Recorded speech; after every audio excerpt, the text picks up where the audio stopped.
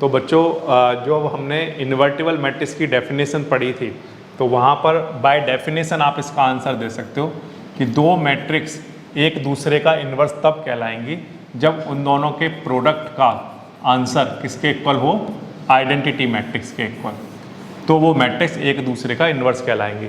B matrix यहाँ पर ए का क्या है, इन्वर्स, इफ़ अगर ए और बी किसके इक्वल आ जाए, ए इंटू बी आई के।